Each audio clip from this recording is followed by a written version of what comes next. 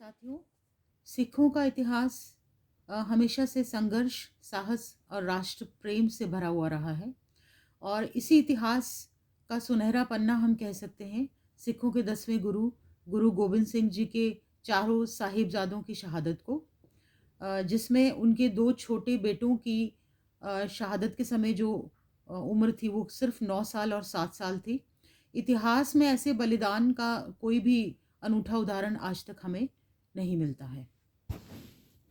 इस संघर्ष की शुरुआत आनंदपुर साहिब के किले से हुई थी, जहाँ पर गुरु गोबिंद सिंह जी महीनों से मुगलों से लड़ाई लड़ रहे थे। मुगलों ने उन्हें हराने के लिए बड़े तरीके से कूटनीति अपनाकर, झूठे पत्र भेजकर, झूठे वादे कर कर हर तरीके से उन्होंने कोशिश की और अंत में उन्होंने गुरु गोबिंद सिंह जी को किसी तरीके से उनके परिवार को कैद कर लिया और उनके पूरे परिवार को कैद कर कर उनको प्रताड़ित किया जाने लगा धर्म परिवर्तन के लिए। और इस परिवार में उनकी 2 छोटे बेटे जिनकी उम्र 9 साल और 7 साल थी और उनकी माता गुजरी देवी जी थी।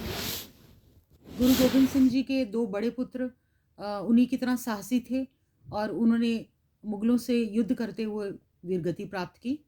और जो उनके छोटे पुत्र थे, जिनकी आयु केवल 7 साल और 9 साल थी, बाबा ज़ोरावर सिंह और बाबा फ़तेह सिंह, उनको मुगलों ने बहुत तरीके से प्रताड़ित किया और उन पर धर्म परिवर्तन का दबाव डालना शुरू किया और उनको बड़े तरीके से उनको प्रलोभन दिए गए, डराने की कोशिश की गई।